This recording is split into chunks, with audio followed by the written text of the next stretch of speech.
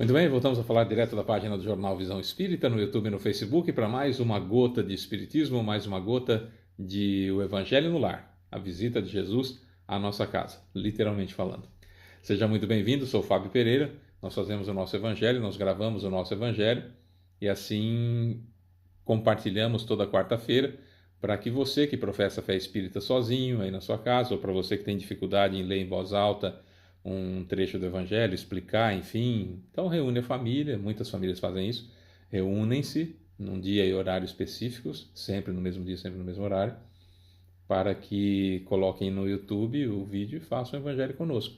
E você que professa a fé sozinho aí na sua casa, pode ser no celular, claro, pode ser no celular, separa a água aí para você, mas é ideal que você deixe, não seja no fone, né? O bom seria que o som saísse para todo mundo, não só no fone. Mas se for criar problema, põe o foninho e esquece e faz o seu evangelho, tá? Isso que é importante. O evangelho no lar não é para ser um momento de encher as paciências de alguém. Então, tem um filho que não quer fazer. Tá, ele é menor de idade, depende de você, e você é um pai e mãe consciente, vocês então fazem-no participar. Tem mais de 18 anos, não quer participar, vida que segue, ele que se arranje futuramente, tá bom? É complicado, mas não pode ser uma coisa obrigada, né? Tem que ser o mais legal possível o evangelho, justamente para não criar aquela, tem que fazer o evangelho, né? Enfim. Mas vamos lá. Nós fazemos o culto do Evangelho no Lar completo, né, todo o processo com a oração inicial. Na sequência da oração inicial a gente vai para uma leitura edificante. Nós utilizamos o livro Segue-me, de Emmanuel por Chico Xavier. Hoje caiu o tema Natal. Estamos aí há praticamente um mês do Natal, né? Não, um pouquinho menos, porque novembro é 30, né? Então um pouco menos de um mês para o Natal, está chegando aí. Vamos ver o que a lição nos reserva para hoje, Natal. Aí a gente lê e explica. E na sequência nós vamos ler um trecho do Evangelho segundo o Espiritismo, também aberto aleatoriamente, caiu no capítulo 4, Nascer de Novo. E o item é: a reencarnação fortalece os laços de família, ao passo que a unicidade de existência os rompe. Se não existisse a reencarnação, os laços de família não seriam perpetrados, não seriam perpetuados, porque morreu, acabou, né? Mas a gente sabe que existe a reencarnação. A gente vai discorrer sobre esse assunto daqui a pouquinho aqui também no nosso Evangelho no Lar. Comecemos, no final tem a fluidificação da água que os mentores que fazem, então não é o Fábio que vai fazer, não põe do lado do celular, não põe do lado da televisão, porque não sei o que eu vou fazer, são os mentores que estão aí na sua casa, Jesus que está aí na sua casa, que vão fazer a fluidificação da água, tá? E aí já é a oração final que a gente faz. Elevemos o nosso pensamento até Jesus, o que isso significa. Vamos pensar no rosto de Jesus como nós achamos que ele é, como fica mais fácil de nós o mentalizarmos. Senhor Jesus, querido mestre e amigo, Deus Pai Todo-Poderoso, benfeitores espirituais, mentores que nos acompanham, seu Calixto, Dona Zélia, seu João Leão Pita, seu Joaquim, seu Romeu, seu Alexandre, doutor Agripino, nosso guia espiritual, cumprimentando o seu Otávio, meu guia espiritual, cumprimento todos os guias espirituais presentes, seu Caibar e sua equipe de Alvorada Nova, seu Caibar Chuta e sua equipe de Alvorada Nova, seu Bezerra de Menezes, seu Allan Kardec e seu Agostinho. Invocamos ao Senhor Mestre querido e evocamos esses queridos irmãos para que possamos criar verdadeiramente uma união de pensamentos com o Senhor e, elevando o nosso pensamento, possamos também elevar a nossa vibração. Já agradecemos de antemão a sua estada conosco, já agradecemos a sua vinda à nossa casa, nosso muito obrigado. E agradecemos também, mestre, já começando sempre pelos agradecimentos, como a gente sempre faz, agradecer por tudo de bom que nos aconteceu na última semana, agradecer também por tudo de ruim que não nos aconteceu na última semana, e claro, agradecer também por tudo de ruim que nos aconteceu, afinal de contas, já foi, não devemos mais, já passou, já foi, não é mais meu, não me diz mais respeito. E por isso, muito obrigado, Senhor. No quesito pedidos, gostaríamos de pedir que o Senhor não olhe as nossas imperfeições, mas a fé que anima o nosso coração, o desejo de servir, o desejo de ser útil, a vontade de fazer o certo em vez do fácil, que todos nós temos. Então esse é o nosso objetivo nesse momento, e que o Senhor faça essa vista grossa, se o Senhor puder, as nossas imperfeições, porque precisamos desse acréscimo seu de misericórdia nesse momento. E pedimos, claro, a sua autorização para termos a melhor inspiração possível dentro das condições que oferecemos, imperfeitos como somos, para que possamos fazer o culto do Evangelho no lar. Sabedores, então, da sua presença em meio a nós, com a sua autorização e permissão, damos por iniciado o nosso Evangelho, e que assim seja. Bom, vamos lá então. No livro Segue-me, de Emmanuel por Chico Xavier, nós vamos encontrar o item Natal. O Segue-me tem uma característica: o Emmanuel sempre cita um trecho do Novo Testamento e depois discorre sobre o assunto. Nesse aqui é um trecho de Lucas capítulo 2, versículo 14, que diz: Glória a Deus nas alturas, paz na terra e boa vontade para com os homens. Paz na terra aos homens de boa vontade. Depende da tradução que você já viu, é essa a ideia. Teria sido o que disse, ou o que disseram os anjos aos pastores quando do nascimento de Jesus. Lucas escreveu o Evangelho depois da destruição do Templo de Jerusalém, que aconteceu no ano 70 depois de Cristo. Escreveu ali perto do final do século I, ali no ano 80, ano 90 da era cristã. Só havia nessa época publicado o Evangelho de Marcos. Mateus tinha as suas anotações, João tinha as suas anotações, Paulo inclusive carregava na túnica algumas dessas anotações de Mateus, que haviam sido copiadas por Gamaliel, e Lucas era boticário, né, uma espécie de farmacêutico de Paulo. E quando Lucas então vai para cuidar de Maria, muito provavelmente em Éfeso, onde ela estaria com João, o discípulo, o tal do discípulo amado, né, de Jesus, e o Lucas então teria feito grandes entrevistas com ela para escrever o nascimento de Jesus, as condições que teriam acontecido. Alguma coisinha ainda bate no Evangelho de Lucas com o chamado Evangelho da Criança de Mateus, de Tomé, o Evangelho de Criança de Tomé, que narra não é um evangelho que está na Bíblia, não é canônico, a Igreja Católica não quis incluir por um motivo que a gente não vai saber nunca, mas esse evangelho existe, né, de Tomé, e tem algumas citações, fala sobre a infância de Jesus, cita alguns possíveis milagres que teriam acontecido durante a infância de Jesus, esse de Tomé, e aí tem algumas semelhanças, alguma coisa. Mateus também cita alguma coisa muito, muito suave sobre o nascimento de Jesus. Marcos e João não falam sobre o nascimento de Jesus, sempre tendo os pastores como um dos grupos que foi visitar Jesus, que teria nascido em Belém. A data do nascimento de Jesus não bate com o nosso calendário, porque Jesus nasceu na época de Herodes, e Herodes morreu 4 anos antes de Cristo, no ano 4 antes de Cristo. Então Jesus teria nascido entre 6 e 4 anos antes de Cristo, né, da contagem chamada antes de Cristo. Então tem algumas controvérsias, não se sabe exatamente se houve esse censo ou não, não tem nenhum registro específico acerca desse censo, dessa necessidade de ter Jesus ter nascido lá em Belém, porque Maria grávida e José terem se deslocado até lá, então uma distância bastante grande. Hoje, onde é Belém, é governado pela autoridade palestina, né? Era um vilarejozinho na época de Jesus, então há uma certa controvérsia a esse respeito. Nazaré era uma cidade muito pequena, tinha 200, 300 habitantes no máximo na época também, então tiveram que se deslocar, todos tiveram que se deslocar, então teria um registro mais específico a esse respeito. A revista Super Interessante, na década de 90, publicou uma ampla reportagem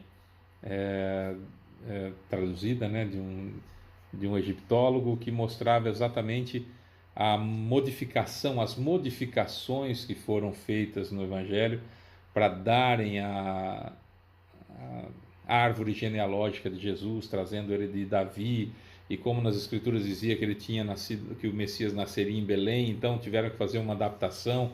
Aí, com os manuscritos do Mar Morto, houve algumas outras informações que começaram a aparecer, de que Jesus não teria nascido em Belém, depois que teria nascido em Belém. Então o fato é que está lá nas Escrituras que ele nasceu em Belém, então foi lá em Belém, mantém-se por enquanto até que se tenha condições de entender mais precisamente o que aconteceu, né? Ou que cheguemos no plano espiritual e descobramos efetivamente isso. Não faz diferença, o fato é que ele nasceu, o fato é que ele encarnou, tenha sido em Belém, aquém, ali, além, não faz diferença. O importante é que o ser mais perfeito que já habitou a Terra para servir de guia e modelo da humanidade nasceu, mostrou como faz e voltou para o plano espiritual com a nobre promessa de enviar o Consolador prometido, quando ele voltaria sob o nome de Espírito de Verdade, que é o Espiritismo, e a promessa magnífica que é: eu estarei convosco até o final dos séculos. E isso, além de emocionante, é uma garantia de que ele não desiste da gente, e por isso que a gente faz esse encontro semanal com ele, né? Isso que é o mais importante.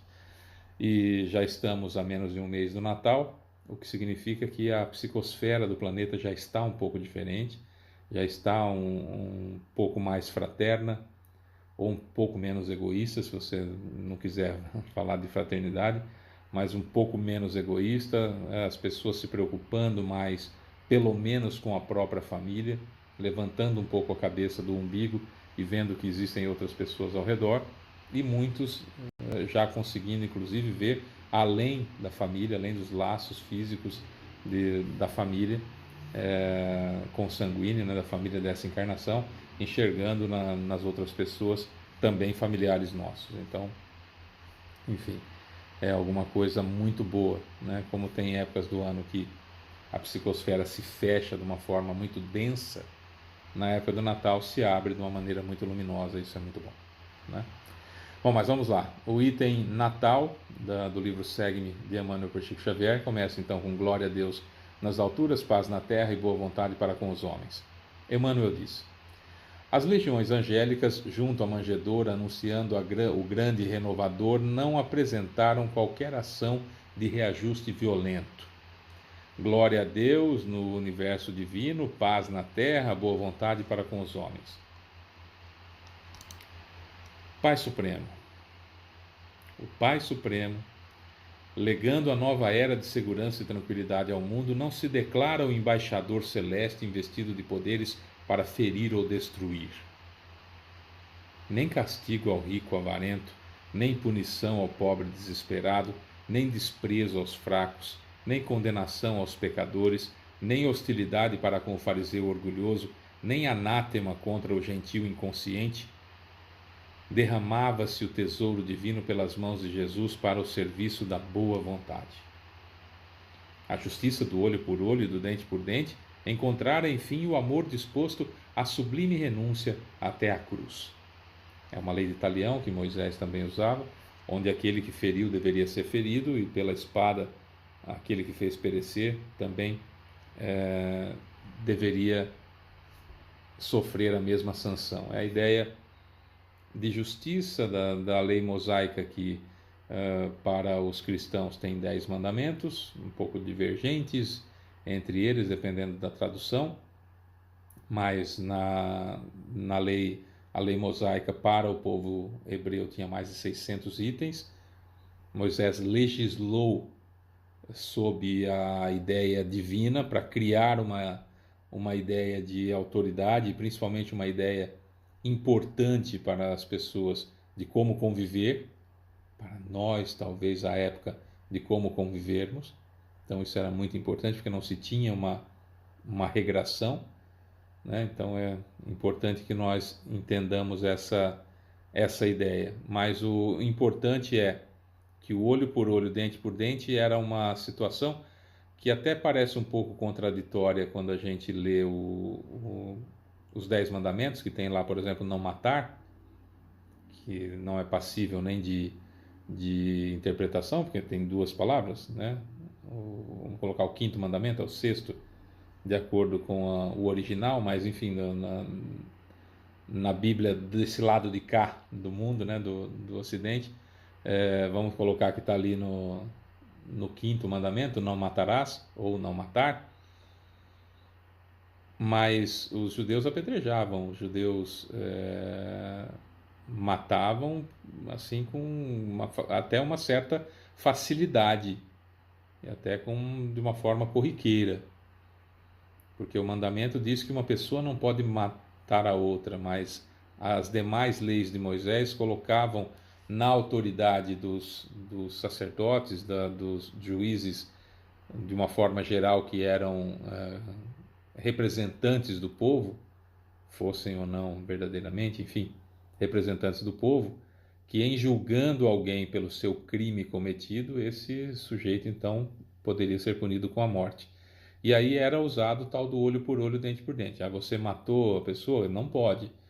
Além de você ir para o limbo, porque você descumpriu um dos mandamentos, e Deus falou que não pode matar, nós ainda vamos condenar você à morte, porque você tem que perecer da mesma forma que você fez o outro perecer.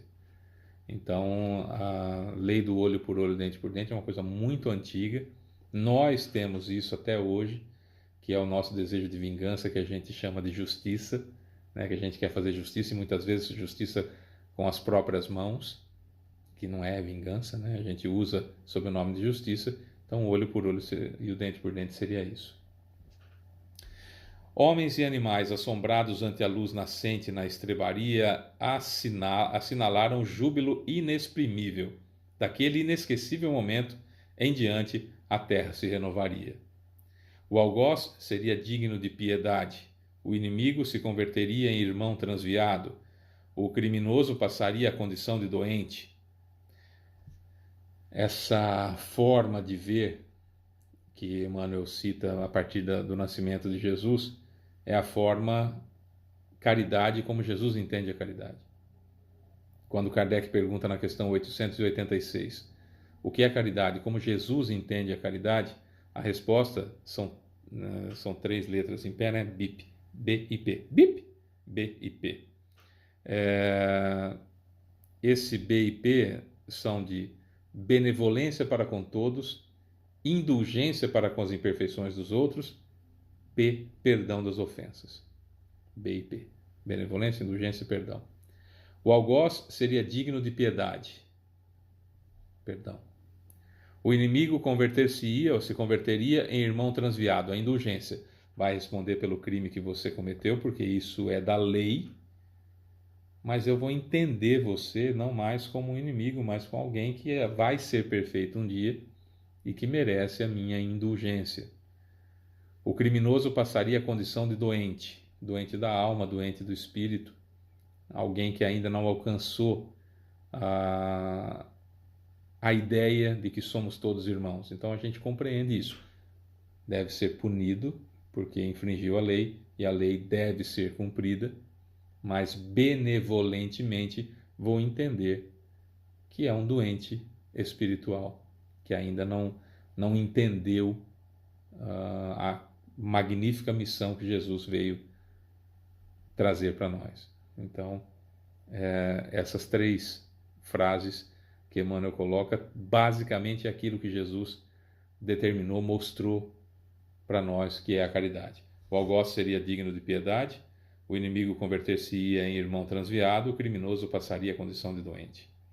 Em Roma, o povo gradativamente extinguiria a matança nos circos. Em Sidom, os escravos deixariam de ter os olhos vazados pela crueldade dos senhores. Em Jerusalém, os enfermos não mais sofreriam relegados ao abandono nos vales de imundície.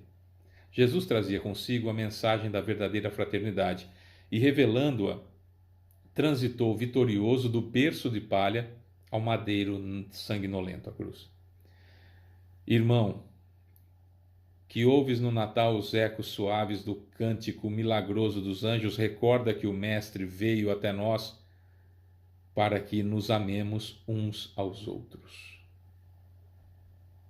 Irmão,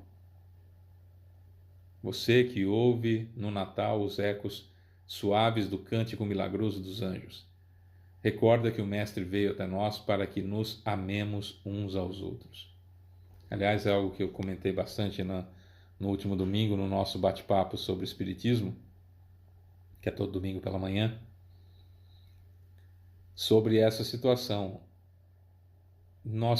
Esse é o único objetivo nosso, esse é o único determinismo nosso.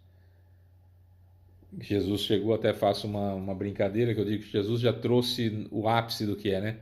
Amai-vos uns aos outros como eu vos amei. Isso é o top, né? De repente ele precisaria falar primeiro pra gente. Bom, só não mata, tá? Só não mata já tá bom. Depois, bom, fica bravo, dá uns pés do ouvido, mas de leve, aos pouquinhos, até chegar no momento de, de amar. E o curioso é que foi exatamente assim. Foi exatamente assim. Desde que nós começamos a encarnar na Terra, desde que a Terra é planeta de provas e expiações, ou de expiações e provas, nós estamos recebendo esses recados o tempo todo.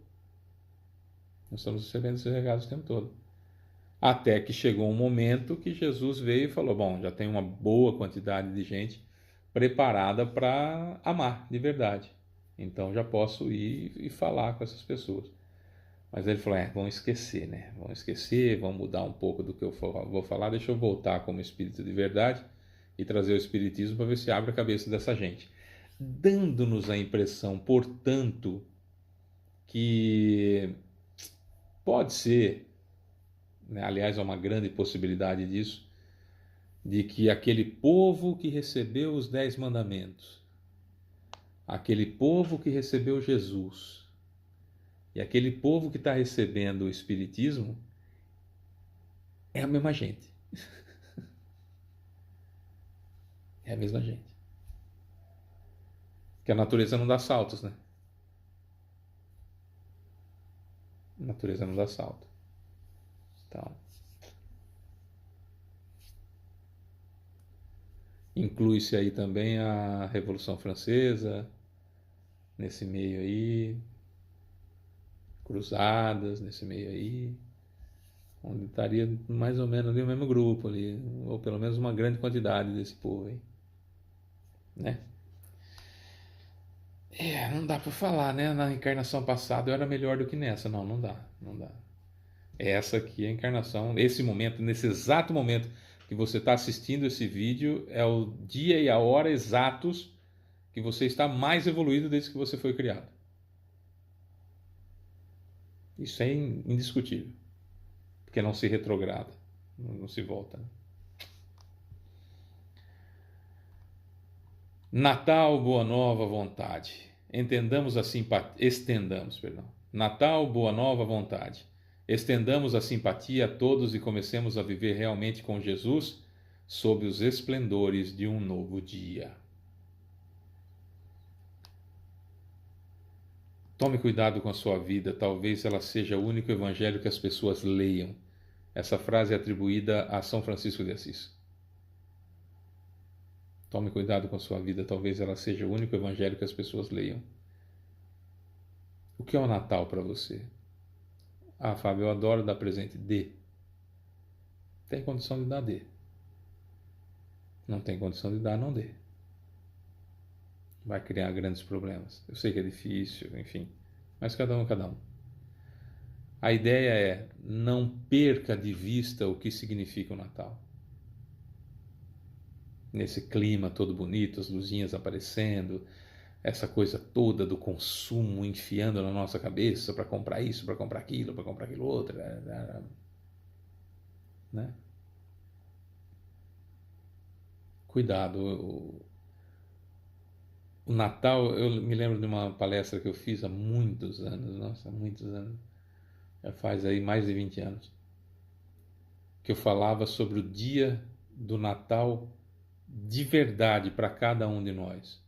Citei alguns grandes vultos da nossa história, espírita e não espírita, de quando Jesus nasceu efetivamente para aquela pessoa, né?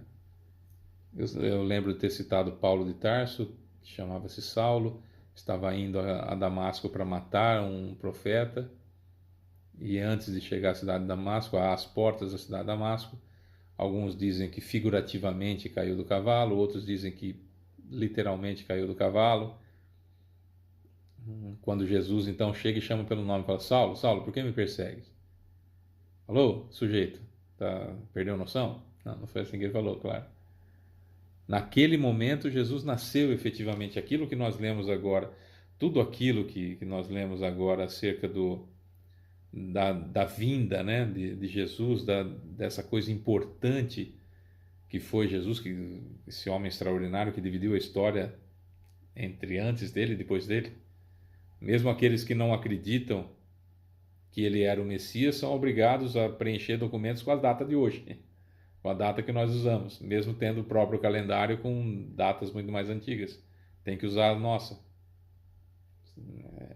O homem é importante. Para o Paulo de Tarso, ele nasceu naquele momento. Eu comento sobre Caibar Schutel, eu comento sobre São Francisco de Assis, enfim, comento sobre vários.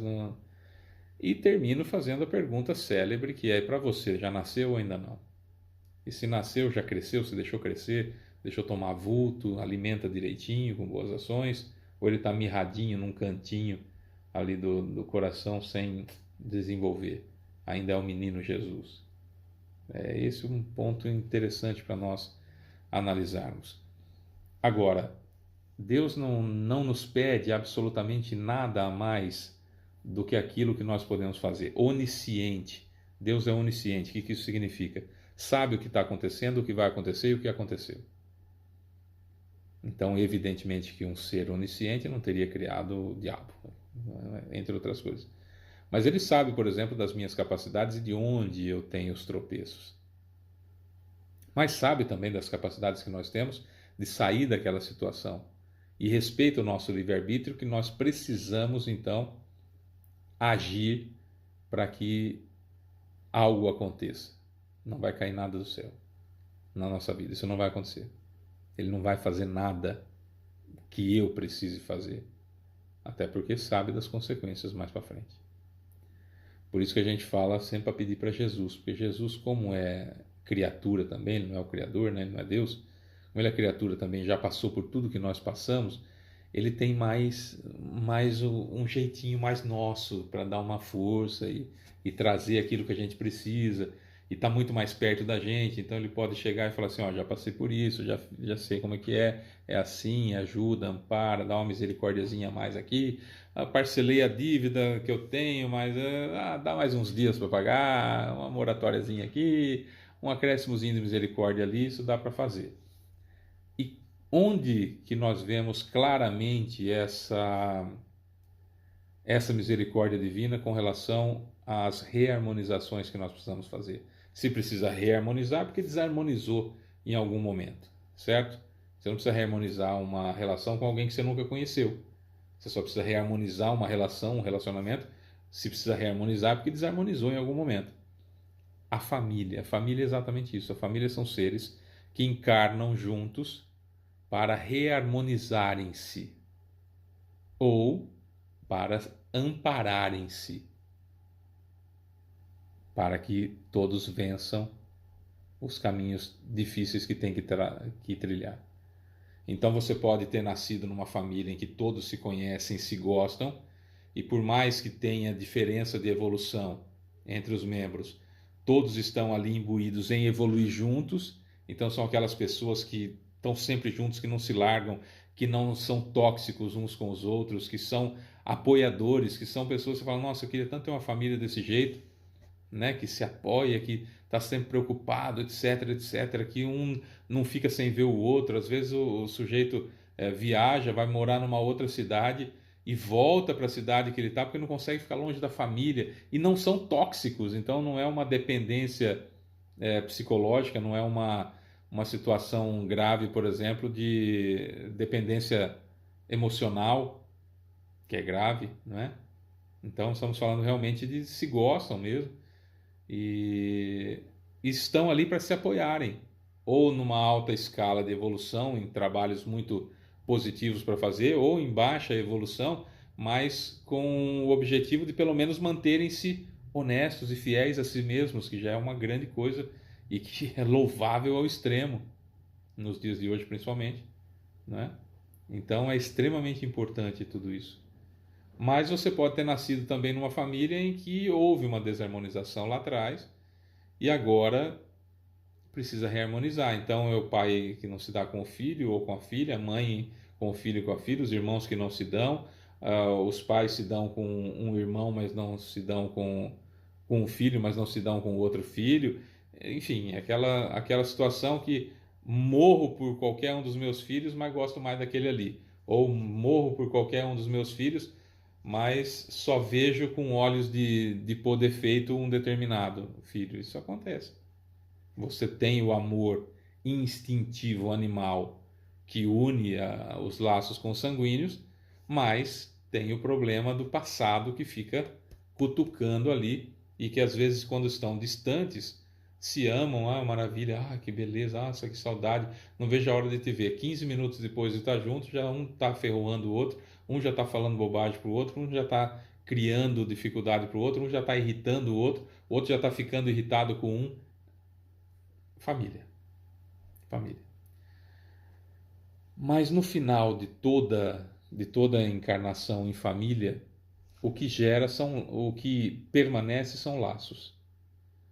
E esses laços, quer sejam de desarmonização, quer sejam de harmonização, eles continuam existindo mesmo depois da morte do meu corpo físico. Aliás, foi outro tema muito abordado no último domingo, que nós falamos sobre eu não tenho um espírito, eu sou um espírito, eu tenho um corpo. Aquela frase, quando eu durmo, meu espírito sai do corpo, está errado. Quando o meu corpo dorme, eu saio do corpo. Parece a mesma coisa, mas é totalmente diferente. Convido você que não assistiu, dá uma olhada no bate-papo sobre o espiritismo que está no nosso canal da semana passada, do último domingo. Que é muito importante isso. E quando os nossos corpos morrerem, daqui 100 anos, daqui 200 anos, nós vamos nos encontrar no plano espiritual. E aí esses laços permanecerão, quer sejam eles laços agradáveis e doces, quer sejam eles desagradáveis e amargos, mas eles permanecerão.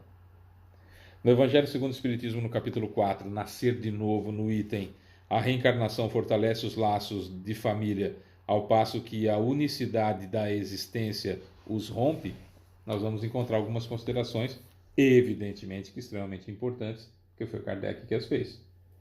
Os laços de família não sofrem destruição alguma com a reencarnação, como pensam certas pessoas. Ao contrário, tornam-se mais fortalecidos e apertados. O princípio oposto, sim, o destrói. No espaço, fora do corpo. No espaço, os espíritos formam grupos ou famílias entrelaçados pela afeição, pela simpatia e pela semelhança das inclinações. Ditosos por se encontrarem juntos, esses espíritos se buscam uns aos outros. A encarnação apenas momentaneamente os separa, porquanto, ao regressarem à erraticidade é o período entre uma encarnação e outra, a erraticidade, novamente se reúnem como amigos que voltam de uma viagem. Muitas vezes até, uns seguem os outros na encarnação, vindo aqui reunir-se numa mesma família ou no mesmo círculo, a fim de trabalharem juntos pelo seu mútuo adiantamento. Se uns encarnam e outros não, nem por isso deixam de estar unidos pelo pensamento. Os que se conservam livres, ou seja, desencarnados, velam pelos que se acham em cativeiro, ou seja, encarnados.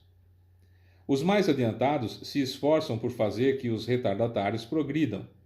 Após cada existência, todos têm avançado um passo na senda do aperfeiçoamento. Cada vez menos presos à matéria, mais viva se lhes torna a afeição recíproca, pela razão mesma de que mais depurada não tem a perturbá-la o egoísmo nem as sombras das paixões. Podem, portanto, percorrer assim ilimitado número de existências corpóreas sem que nenhum golpe receba a mútua estima que os liga. Está bem visto que aqui se trata de afeição real, de alma a alma, única que sobrevive à destruição do corpo, porquanto os seres que nesse mundo se unem apenas pelos sentidos, nenhum motivo têm para se procurarem no mundo dos espíritos. Duráveis somente o são as afeições espirituais. As de natureza carnal se extinguem com a causa que lhes deu origem. Ora, Semelhante causa não subsiste no mundo dos espíritos, enquanto a alma existe sempre. No que concerne às pessoas que se unem exclusivamente por motivo de interesse, essas nada realmente são umas para as outras. A morte as separa na terra e no céu.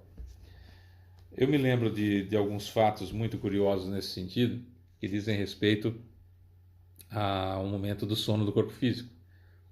E era muito comum, nós estávamos estudando essa emancipação da alma, porque um rapaz bastante conhecido foi dar uma palestra no centro que nós fazíamos parte, e nós estávamos estudando justamente isso, a emancipação da alma. Quando o corpo dorme, a alma sai do corpo como se tivesse morrido.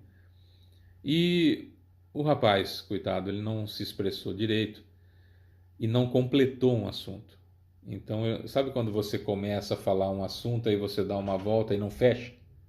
Ele começou o assunto falando, não é que a alma sai do corpo quando a gente dorme. E ele foi falar um outro assunto e não retornou aqui para completar, porque o que ele queria dizer é que não havia uma desencarnação, e sim um deslocamento. E que não tinha como entrar outro espírito no lugar, porque esses fios se expandem, que ligam o meu perispírito ao meu corpo, esses fios se expandem, juntando todos eles num feixe aqui, como se fosse um rabo de cavalo, aqui quando as mulheres fazem, sabe, o rabo de cavalo. E, e ele não completou isso, então ficou dando a impressão que ele, grande conhecedor da doutrina espírita, teria desmentido aquilo que nós falávamos acerca da emancipação da alma. E aí nós fomos buscar na semana seguinte, fizemos uma mini palestra antes das palestras normais, trazendo o que tem no Livro dos Espíritos acerca da emancipação da alma para colocar tudo no lugar. Isto dito é no sentido de que, por que eu disse tudo isso? Porque nós estávamos fazendo um estudo sobre isso, aprofundando o máximo possível nessa situação e chegamos à conclusão, que é isso que eu quero falar agora, que às vezes você, eu, qualquer um de nós, estamos até preocupados com alguém. Então vamos imaginar que você esteja preocupado com seu irmão ou sua irmã, que não está bem de saúde, por exemplo. E você está realmente preocupado. E aí, só que você não tem afinidade com ele, e ele também não tem afinidade com você. Vocês não têm afinidade, os dois, um com o outro. Convivem naquela situação de eu preciso conviver porque é meu irmão. Aí é família, tem um esforço pessoal de que precisamos nos reharmonizar. Se não houver esse esforço, não vai acontecer porque não cai do céu, não é? Então mas não tem essa afinidade. E aí você vai dormir, seu corpo dorme e você sai do corpo, você vai em contato, você vai em busca, você se liga àqueles que você tem afinidade. Pode ser que não seja seu irmão. E aí você não foi visitá-lo durante a noite. Então, às vezes a gente brinca, né? Olha, eu vou te ajudar, eu vou com você, né, em tal lugar, ó, saindo do meu corpo, eu vou vir aqui te ver. Mas se não tiver afinidade fora do corpo, a gente não tem essa coisinha de, deixa eu fazer uma média aqui, vou aparecer lá. Não, você vai seguir sua vida. É esse o ponto, porque fora do corpo sou eu, com as minhas lembranças, com o meu conhecimento, puro, sem o véu que eu tenho que colocar, o verniz social que eu tenho que colocar. Quando Jesus nasce no coração de cada um de nós, a primeira coisa que nós fazemos, daí a importância do Natal, é levantar esse véu, é tirar esse verniz social, pelo menos para nós mesmos diante do espelho. E aí nós vamos fazer aquilo que Kardec coloca no capítulo 17 do Evangelho segundo o Espiritismo, que é transformação moral. Eu vou me modificar porque eu não aceito ser daquele jeito. E vou lutar todo dia para ser melhor. Enquanto Jesus não nascer no meu coração, não vai haver esforço meu para ser diferente, porque eu não consigo entender o porquê que eu tenho que ser melhor. É uma criança que você fala assim, olha, não, mas você não pode. O coleguinha pegou o que você estava comendo, você está com um pedaço de bolacha na mão. O coleguinha pegou o que está na sua mão e comeu, você não pode quebrar a cara dele, quebrar o nariz dele, jogar ele no chão, bater a cabeça dele no chão. Você não pode fazer isso. A criança muitas vezes não entende por que não pode fazer isso, mas ele pegou o que não é meu, o que é meu. Ele nem me pediu, eu só tinha aquele pedacinho, eu gostava, e a criança não entende. Enquanto Jesus não nascer no nosso coração, a gente não entende por que não pode fazer mal para o irmão. Por que não pode? A frase que eu me referia do capítulo 17 é: reconhece-se o verdadeiro espírita por sua transformação moral e pelos esforços que faz para domar suas más inclinações. Reconhece-se o verdadeiro espírita por sua transformação moral, e eu acrescento: descobriu o que é errado, para de fazer. E pelos esforços que faz para domar suas más inclinações, e eu acrescento: luta contra. Perdeu hoje, continua lutando para não perder amanhã. Perdeu amanhã, continua lutando para não perder depois da manhã. Assim vai até que você ganhe. É esse o objetivo. Seu Caibar Schutter chama isso de reforma íntima. Ou transformação íntima, enfim. Aliás, tem um livro fenomenal do seu Caibar que se chama Fundamentos da Reforma Íntima. Recomendo. Jesus nasceu efetivamente há mais de 2000 anos. Para você, quando? Deixa essa perguntinha aí na sua cabeça. E se não tiver resposta, anda logo e faz esse nascimento o mais rapidamente possível. Ou continue sofrendo, né? Livre-arbítrio, escolha sua. Né? É isso. Bom, vamos lá. Elevar o nosso pensamento até Jesus para a fluidificação da água. Jesus e os prepostos dele, evidentemente, já fizeram. Agora a gente só vai ceder a nossa parte material, a nossa parte animal, né, para a fluidificação da água, naquele pedido que a gente faz, endereçando a nossa mente a quem nós gostaríamos que recebesse as benesses dessa água fluidificada durante a oração final. Então elevemos mais uma vez o pensamento até Jesus. Senhor Jesus, querido Mestre e amigo, Deus Pai Todo-Poderoso, benfeitores espirituais, mentores citados e não citados que aqui estiveram, nosso guia espiritual, seu Caibar, seu Bezerra de Menezes, seu Allan Kardec, seu Agostinho, muito obrigado pela presença de todos e cada um de vocês, aqueles que puderam vir, aqueles que não puderam vir, mas se fizeram representados, muito, muito, muito obrigado. Ao Senhor Mestre, nossa gratidão eterna pelo acréscimo de misericórdia, acréscimo que nós pedimos para a fluidificação dessa água, no endereçamento mental que cada um de nós vai fazer nesse momento, no pedido especial sobre essa fluidificação da água para refazimento do perispírito e, quiçá, do corpo físico também, se houver necessidade, se houver desejo, se houver merecimento.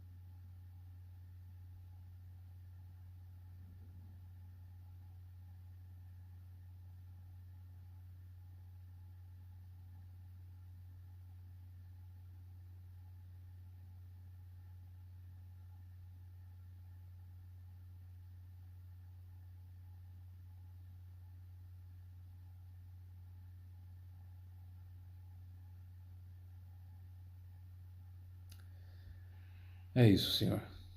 Muito obrigado, de coração, e com sua autorização e permissão, damos por encerrado o nosso Evangelho até quarta que vem, se Deus quiser. Beijo pra você que fica, tchau.